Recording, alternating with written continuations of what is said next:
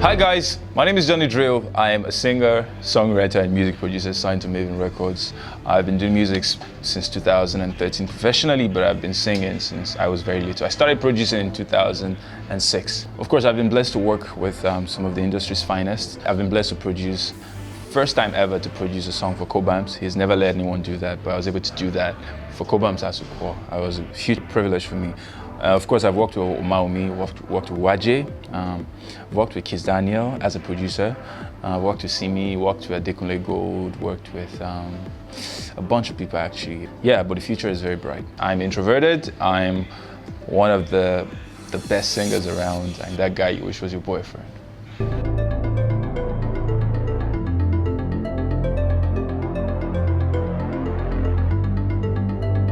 Professionally, I've been doing music since 2013, but I'd always been singing before then. I started music production in 2006. Then I used to use cassette recorders. It wasn't even mine, it was for someone else. But I'd go to their house and borrow their cassette recorder and record myself with my church keyboard. And it was awesome at that point because it was the first time I was making music myself, and it was really exciting for me. After a while, I got my own computer. That was in 2008, and then music making became more serious. But professionally, I started music after I left Project Fame. I was part of Project Fame season 6. That was in 2013. I left. I did not win, but it was an eye opener for me. It was my first time on the spotlight. It was the first time I mean, people were getting to see me or hear me, or it was the first time people got to know I could sing or that I had a nice voice. After I left, I began to pursue music professionally, and yep, it's been a great ride so far. My sound is not very commonplace, especially in Nigeria. It's folk music, but it has a lot of Western influence, but at the same time, it's got plenty of African elements happening within it. There's percussion, there's also the pidgin English, which I deliberately put in to just be like, hey, I'm Nigerian, remember, meets me. Anyways, so there's pidgin English, there's percussion, there's African stuff just to make it more African. So yeah, it's not a very common sound, but thankfully over time, people have begun to accept it more. A few years ago, it wasn't exactly like that. Back then, it was just everyone saying, hey, this guy sounds very foreign. But now people are beginning to go, hey, like if you listen to a Johnny Drille song, once you hear a Johnny Drille song on radio, you can tell that that's Johnny Drille. So I'm really excited that people are beginning to accept my music more, and it's very heartwarming. Go back to like 3-4 years ago, when I was still looking for record labels or investors or people to help my career. Everyone I met kept going, hey, we need you to change. How versatile are you? Can you do Afrobeats? Can you do Afropop? Of course, Afrobeats and Afropop, they're our own African sound, but there's also other sounds that before now people were not really paying that much attention. But thankfully, all that's changing. People are beginning to pay more attention to other sounds, and I'm really excited about that. Finding a record label was hard. I won't even lie. It was difficult because I was all over the place, and at that point, I was not in Lagos then, so I was coming from Benin. I was born in Benin. I lived almost all my life in Benin until I started traveling. I served in Enugu State, but then I started traveling back and forth Lagos. I was a producer. What I was doing in Benin was music production. So I'd make some money. I didn't have a lot of money, but I'd make some money in Benin. And then I'll come to Lagos and spend all of it on hotel bills, on transportation, because I wasn't even using taxis. I was using like buses, but come on, even buses in Lagos then used to be very expensive because I was going island, mainland, and I'll spend a lot of time in traffic. Sometimes I get back to the hotel I used to stay at in Ogba. I get there sometimes at 1, at 2.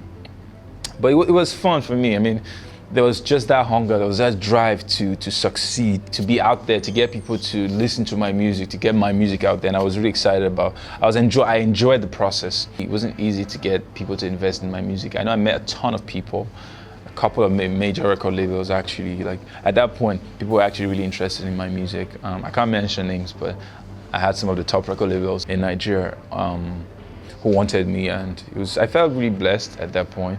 But I kind of always knew I was going to end up in Mavin somehow. I just knew it.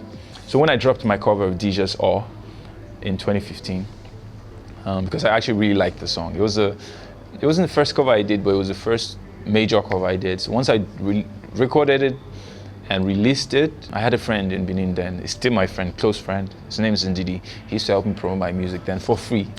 And He helped me put it on like some of the websites, and then the song got on Not Just Okay, and I was really, really excited that it was on Not Just Okay. And then I got on Twitter, and then I was getting responses, and out of nowhere, Don Jazzy follows me, and I'm like, okay, good. And it was at that point I really realized I was not even following him back. Like how possible is that I wasn't following Don Jazzy? So immediately I followed back, and in less than 5 minutes he sent me a message that, hey bro, Don Jazzy is one of the most humble people you ever meet. Like I was right, he was calling me bro, like we're Don Jazzy is my bro. So yeah, he sent a message that he loved the cover. Oh, before then, Dija posted the song on her page, and that was a big deal for me. She followed me as well. And I took screenshots. I was showing everybody. I was showing my dad. So yeah, and Don Jazzy, he was asking all these questions. How old are you? Where are you from? Do you visit Lagos? Are you in school?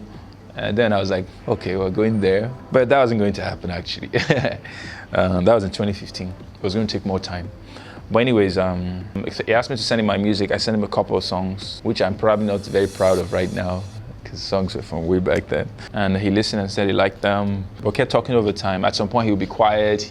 You send him some message, he would not respond. But I totally understood, because he was following like 72,000 people. I kept sending messages. He would respond sometimes he would take some time to respond. Sometimes I'd just release a song, and out of nowhere, he would just message me that he heard it and liked it, but we kept talking over time. So yeah, it was going to take, that was 2015, 2016. Yeah, it was going to take about 2 years for me to get signed to Mavin Records. At the end of the day, it paid off. All that waiting, all that hard work, all that persistence, all that dedication eventually paid off. I was officially announced as a Mavin Records artist in February of 2017. First time I was in the studio, I went to the studio, was with a friend. I went to do backup vocals, and I can remember very clearly how so intrigued I was just watching the guy like use a computer and all that. So I went home and tried to do the same thing with my church keyboard, but I didn't have money for a computer, so I was using a cassette recorder. So I'd record songs, I'd buy a lot of cassettes, like empty cassettes actually, and record. I would make the beats on the keyboard, and then I'd connect it to the cassette recorder, and connect microphone to it as well. And while playing, I was singing. Then it used to be so much fun. Once I record, I'll take the cassette, I'll go to there's a place you usually convert, that they knew how to convert cassettes recordings to CD. So I'll go there and they do it, and then I'll go home and play.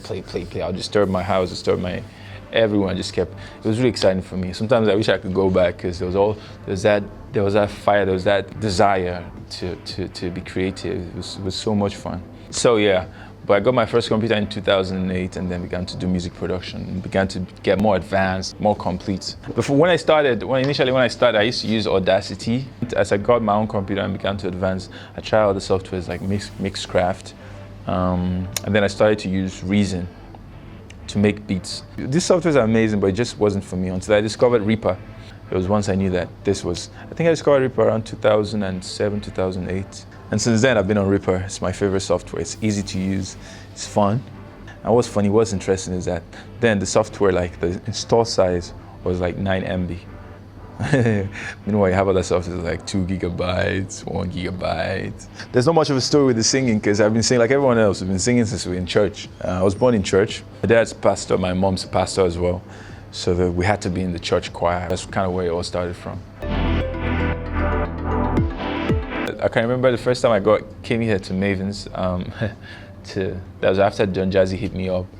That was in 2016, sometime in August 2016. That hit me up that he wanted me to come over to Mavin's.